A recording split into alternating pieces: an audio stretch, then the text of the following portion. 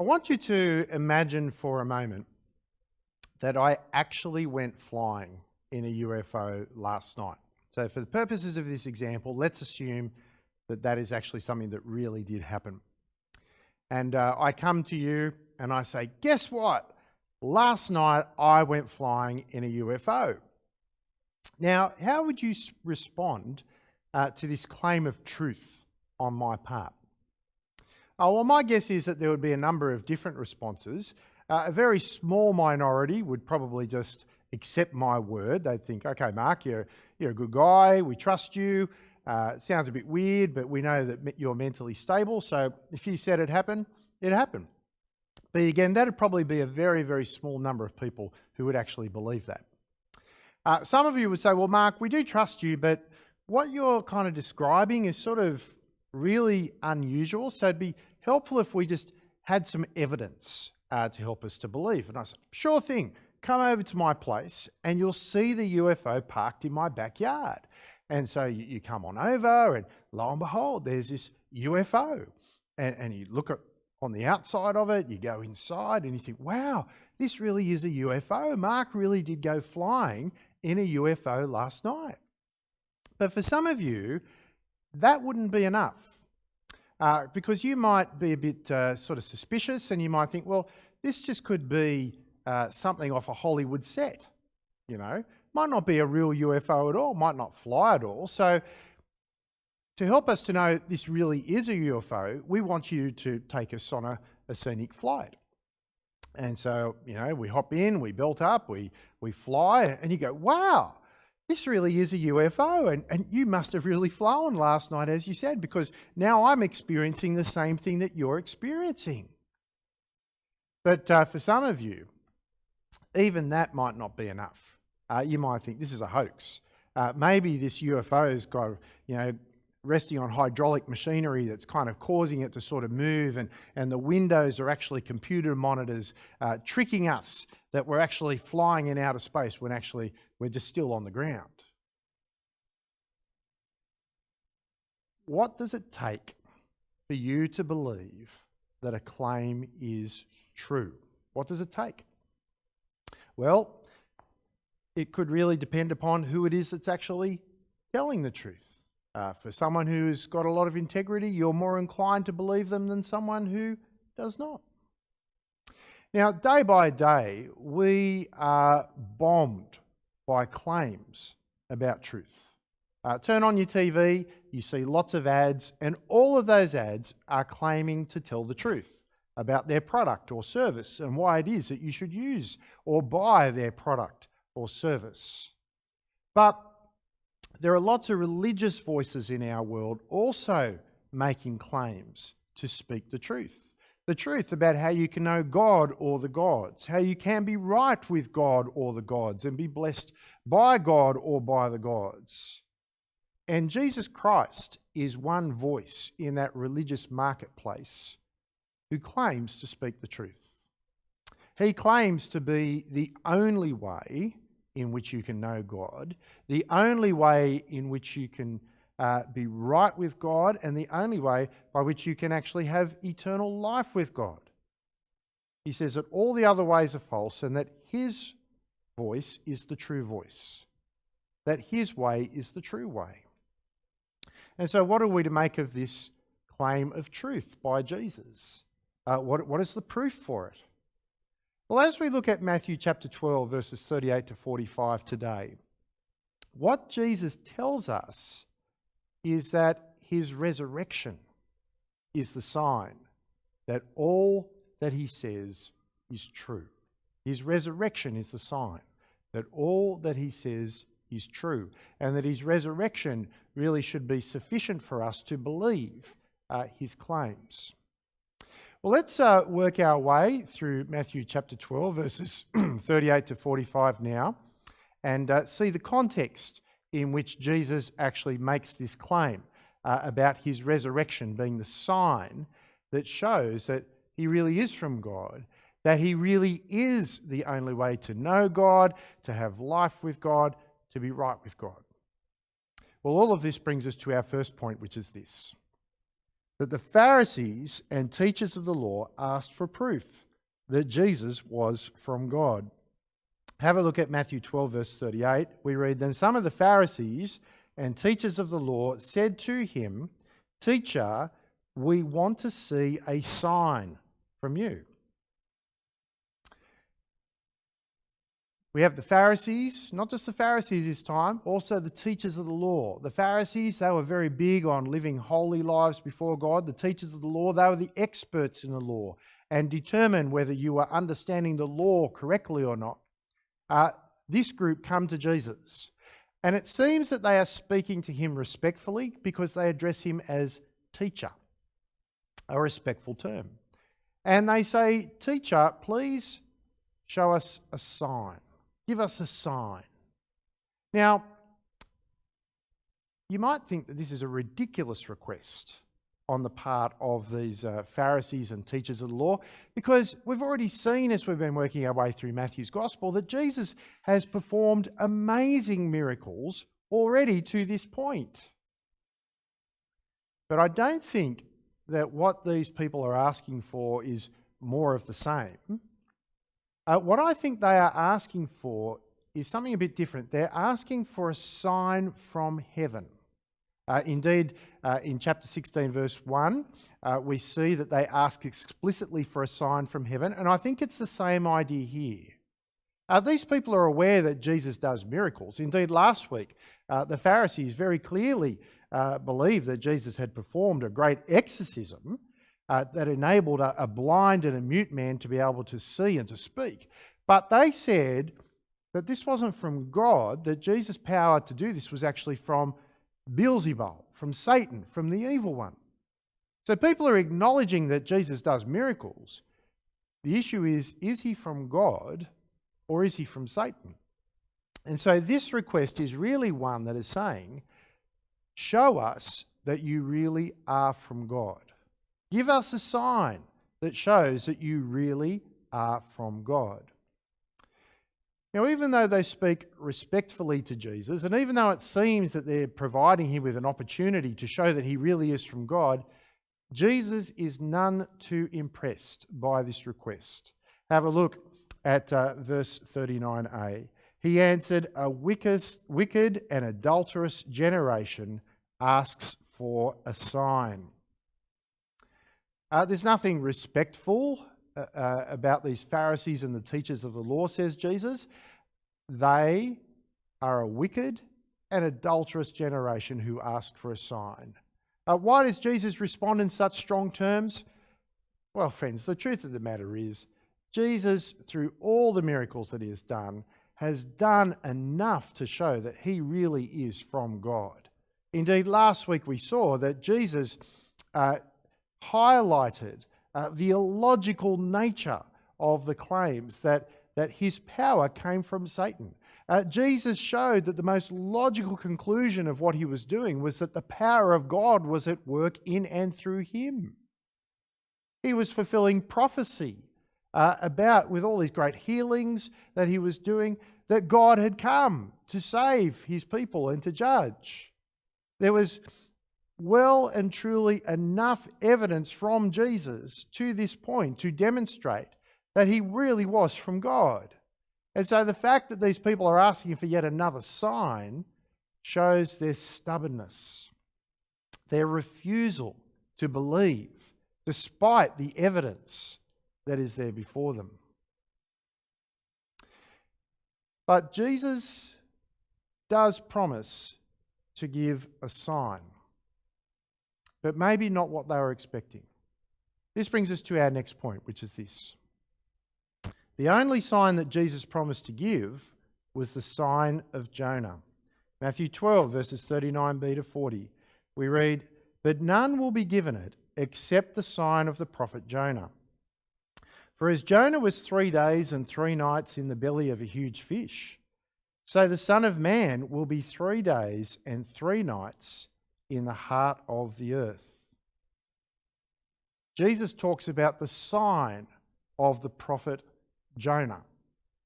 Now, Jesus here speaks about how Jonah spent 3 days and 3 nights in the belly of a fish. Really, this is if you like, a death and resurrection experience of sorts for Jonah.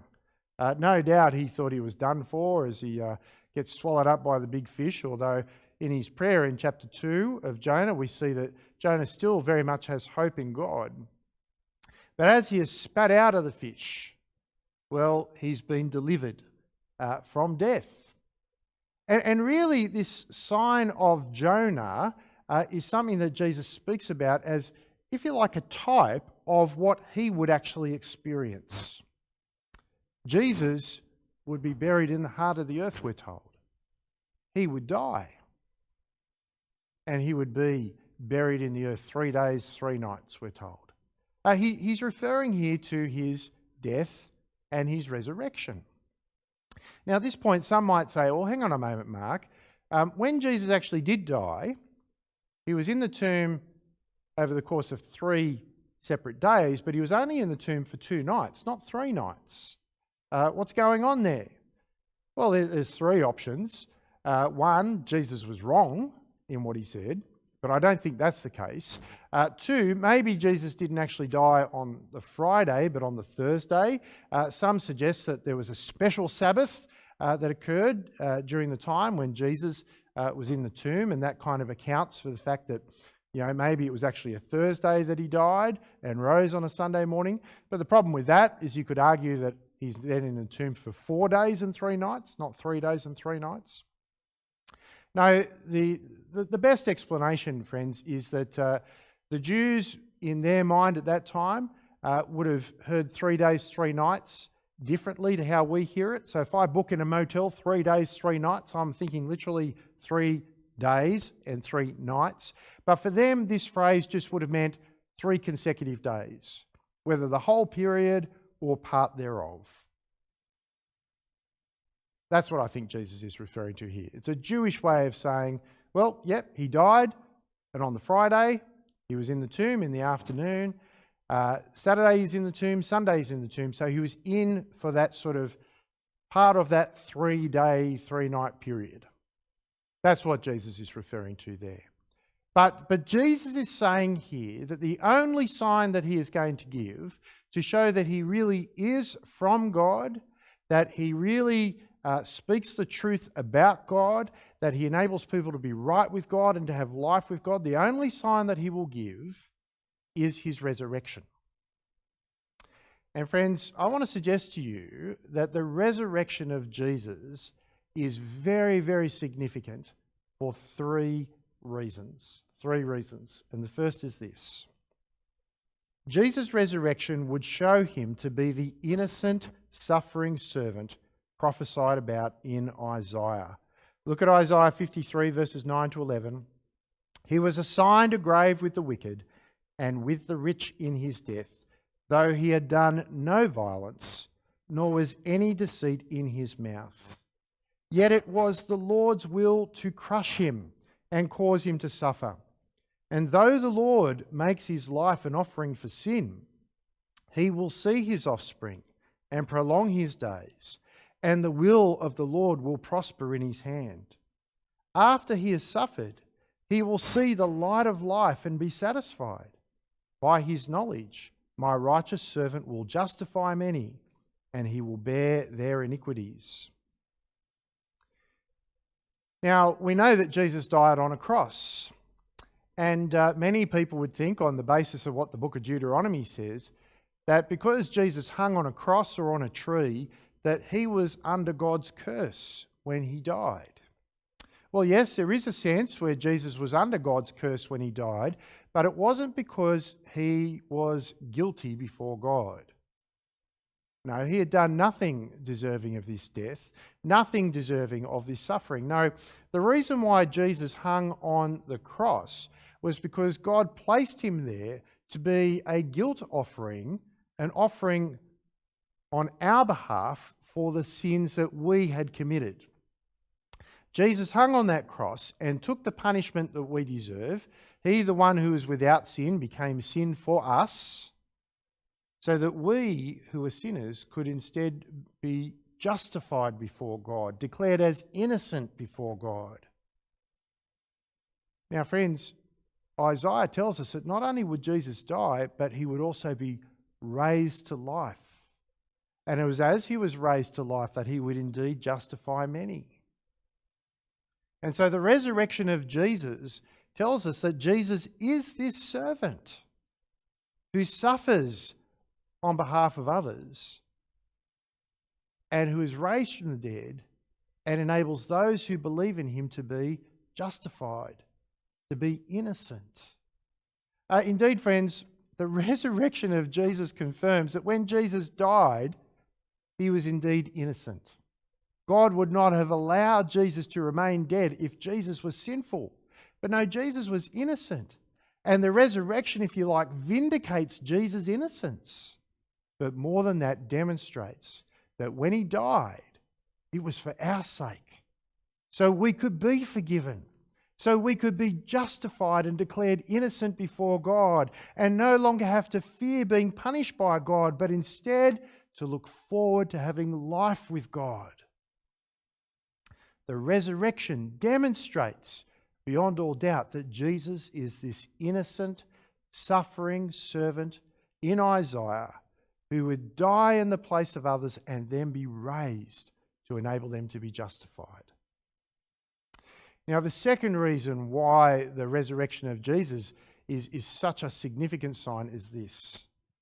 Jesus' resurrection would show him to be the promised Son of David and God, who would rule forever. Look at 2 Samuel 7, verses 12 to 14a.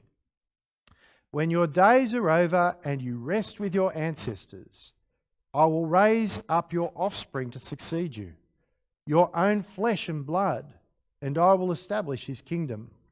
He is the one who will build a house for my name, and I will establish the throne of his kingdom forever. I will be his father, and he will be my son.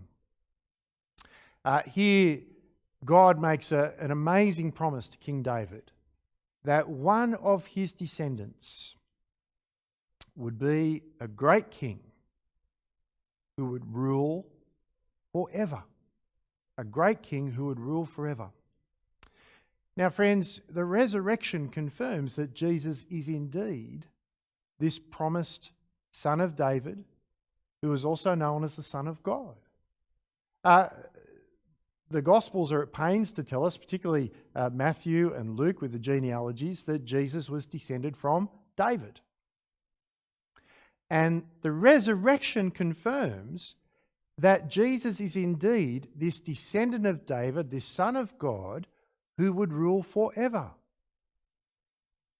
Now, how could Jesus be this great Messiah, this great Son of David, this Son of God, if he had remained dead? No, the fact that he is raised from the dead demonstrates beyond all doubt that he is indeed this great promised forever King, the great Son of God. But he's not just shown by his resurrection to be the Son of God and the Son of David. What we see thirdly is that Jesus' resurrection would show him to be the promised Son of Man prophesied about in Daniel. Look at Daniel 7 verses 13 to 14. In my vision at night I looked, and there before me was one like a son of man, coming with the clouds of heaven. He approached the Ancient of Days and was led into his presence. He was given authority, glory, and sovereign power. All nations and peoples of every language worshipped him. His dominion is an everlasting dominion that will not pass away, and his kingdom is one that will never be destroyed. Well, when you look at the promises of God in 2 Samuel 7, that one of David's descendants would be a king who would rule forever, well, friends, it's obvious that this Son of David must also be the Son of Man spoken about in Daniel 7, the one who would receive all glory, authority, and sovereign power and rule over all nations for eternity. The Son of David, the Son of God, the Son of Man are the one and the same, the Lord Jesus. And by his resurrection, Jesus demonstrates that he is indeed the great King who will rule over all forever and who will indeed be the one who will judge all people. You see, friends, the resurrection of Jesus demonstrates that he really is from God, that he had come into the world to suffer on behalf of others, to enable people to be forgiven and to be right before God, that he was indeed the promised forever King, the promised Son of Man who was to come to rule over all. The resurrection, says Jesus, would confirm the truth of these claims about him. And friends, that's the sign for us today. Many of us might like some kind of religious experience or to have Jesus appear before us as a way of demonstrating that he is real. But all that Jesus promises to give us to show that he really is the one who reveals God, that he really is the one who enables us to be right with God and to have life with God, that he really is the Son of God who will rule over all. The only sign that Jesus promises to give us to help us to know that these claims are true is the resurrection. The resurrection is the event upon which Christianity stands or falls. And so if you're wanting to assess whether Christianity is true, if Jesus' claims about himself are true, the resurrection is the place where you must go. And as I mentioned last week, we have good reason to believe, historically speaking, that the resurrection happened. I think that the most plausible explanation of the evidence that we have is that Jesus actually rose from the dead on that first Easter Sunday and that the Christian church emerged from that. That's the most plausible explanation. Now, for some of you, that might just not be enough. You might actually want more than that. Well, friends, if that is you, then take heed of this next point, and it's this. The wicked generation who rejected Jesus had no excuse for their lack of belief. In Matthew 12, verses 41 to 42, Jesus says, "The men of Nineveh will stand up at the judgment with this generation and condemn it. For they repented at the preaching of Jonah, and now something greater than Jonah is here. The queen of the south will rise at the judgment with this generation and condemn it. For she came from the ends of the earth to listen to Solomon's wisdom. And now something greater than Solomon is here." In these verses, Jesus speaks about two examples of people who believed in God but had much, much less evidence than the Jews of Jesus' day, or for us, for that matter, or of us for that matter. He talks about the people of Nineveh that Jonah, the prophet, ministered to. We read about Jonah's ministry in Nineveh in Jonah 3 earlier on. Even though the people of Nineveh were not God's people, even though they were Gentiles, when Jonah turns up and speaks on behalf of God and declares that judgment is coming, what happened? The people of Nineveh repented, and they were spared the judgment that God threatened. And Jesus' point is, well, with him being present, someone much greater than Jonah is now with them. The people of Nineveh would condemn Jesus' generation for their failure to believe because they had much less to go on than the people of Jesus' day did, or us for that matter. They were Gentiles. They were not steeped in a background of knowing God, yet upon hearing Jonah speak, they repented. Jesus also talks about the Queen of the South, or the Queen of Sheba, who we read about in 1 Kings chapter 10, verses 1 to 13. She hears reports about the wisdom that God had given King Solomon, and so she travels far to actually meet with Solomon. And as she meets with Solomon, as she hears Solomon's wisdom, she praises God because it's actually much better than what she'd even heard. She acknowledges that God had enabled Solomon to be such a profoundly wise king as he was. So even though she was a Gentile and not steeped in the ways of God, the reports that she heard caused her to investigate. And then when she saw the wisdom of Solomon, to praise God. Friends, this woman travelled far to check things out. It's interesting that Jesus actually comes to the Jews. And even though he comes to them and displays great signs, they still refuse to believe. They demand more proof. And Jesus' point is, look at these Gentiles who had much less to go on than the Jews of Jesus' day, or us for that matter. These Gentiles believed. They believed. And if they believed, then surely the Jews, who had all that they had, should have believed. If these people, these Gentiles believe, surely we who now are aware of the resurrection of Jesus and who can check out the historicity of this event and see that it's a plausible event, surely we should believe too. Surely that sign of the resurrection should be enough for us, because the people of Nineveh and the Queen of Sheba didn't have that, and they yet believed. Surely this should be enough for us. You might think it's not enough. Well, as I said last week, if it's not enough for you, the problem is not with the sign that Jesus provides or the evidence for it. The problem is with your heart. The problem is with your heart. Jesus is very clear that he has given us enough through his resurrection to help us to know that his claim about himself to be the way to know God, to be right with God, and to have life with God is indeed a true claim that ought to be believed.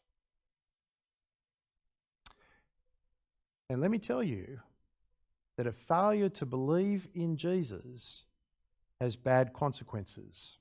And this brings us to our final point for today, which is this. Things would get worse for the wicked generation who rejected Jesus. We read in Matthew 12, verses 43 to 45, when an impure spirit comes out of a person, it goes through arid places, seeking rest, and does not find it. Then it says, I will return to the house I left. When it arrives, it finds the house unoccupied, swept clean and put in order. Then it goes and takes with it 7 other spirits more wicked than itself, and they go in and live there. And the final condition of that person is worse than the first. That is how it will be with this wicked generation. Now, this all sounds a bit strange. Jesus talking about an impure and evil spirit sort of going, leaving a person, and then sort of coming back with a whole bunch of his mates and making things worse. Jesus here is speaking about what is going to happen to this generation of people who actually refused to believe in him. And to understand what Jesus is actually speaking about here, we need to turn to the Old Testament, to Zechariah chapter 13, verses 1 to 2. Have a look at it. We read, On that day a fountain will be opened to the house of David and the inhabitants of Jerusalem, to cleanse them from sin and impurity. On that day I will banish the names of the idols from the land, and they will be remembered no more, declares the Lord Almighty. I will remove both the prophets and the spirit of impurity from the land. The book of Zechariah is pointing forward to a time when God would work to deal with the problem of sin amongst the people of Israel. He would bring about cleansing of the people's sins. But we're also told that he would remove from the land the spirit of impurity. Now, friends, as we look at the Gospels, what do we see? We see that a number of people with evil spirits come before Jesus. Now, people might wonder, are evil spirits real? Well, according to the Scriptures, they are indeed real.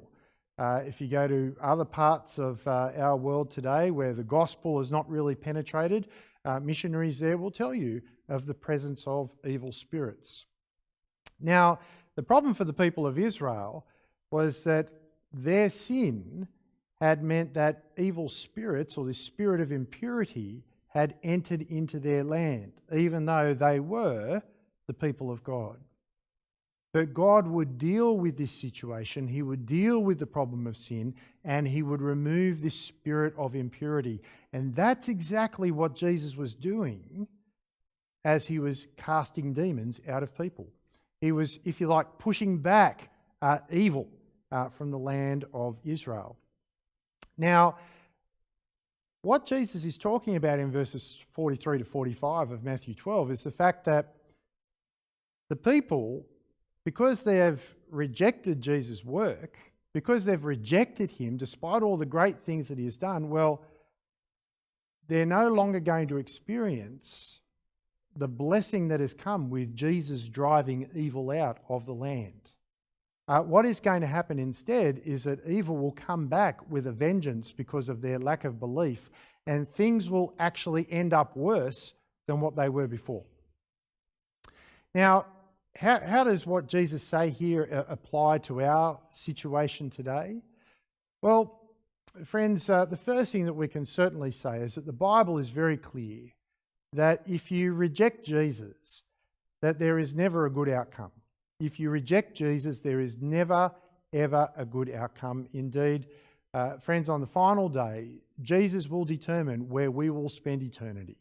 And if we are against him, then life for us under condemnation will certainly be much worse than anything we've ever experienced now. So we can certainly say that. And so it's always good to accept Jesus rather than reject him. What this passage could be saying, though, too, is that if for some reason you have somehow experienced the blessing of Jesus in your life, but you refuse to turn to him, or maybe you were following him and you've turned away from him, that you certainly cannot expect things to be better for you. Okay, you certainly cannot expect things to be better for you. But the basic vibe here is that Jesus provides well and truly enough reason to believe in him, and that the consequences of a failure to believe in him are actually profoundly negative. They are profoundly negative. So much better to accept Jesus and to believe in him than to reject him. And so, friends, what we see in Matthew 12, verses 38 to 45, is that Jesus promises the sign, which will demonstrate, beyond all doubt as far as he's concerned, that he really is from God, that he really does make God known, that he really does enable people to be right with God and to have eternal life with God. And that sign is the resurrection. And so I invite you, if you do not yet believe in Jesus, check out the resurrection for yourself. For the resurrection is the event upon which Jesus claims to speak the truth, either stand or fall. And as I've said in the past, I think when you look at the evidence from a historical perspective, the most plausible explanation for the evidence, historically speaking, is that Jesus has been raised from the dead. And if he has been raised from the dead, then he is indeed the innocent, suffering servant that we read about in the book of Isaiah. If he has been raised from the dead, he is indeed the great Son of God, the Son of David, spoken about in 2 Samuel 7. He is the great Son of Man, spoken about in Daniel 7, who will rule over all things for eternity. The resurrection of Jesus from the dead confirms that he died in our place, that he can bring us forgiveness of sins, that he can enable us to be right with God, and the resurrection of Jesus demonstrates his power over death, and that we will indeed spend eternal life with God. So check out the resurrection for yourself, or even better, come before God now and acknowledge your belief in Jesus. Friends, the resurrection is all we need. The people of Nineveh, the queen of the south, they believed in God, and they didn't have all the things that we have today. The resurrection should suffice. If it doesn't, then I encourage you, have a look at your heart. Have a look at your heart, for the resurrection should suffice as the sign we need to believe that Jesus is indeed who he claimed to be.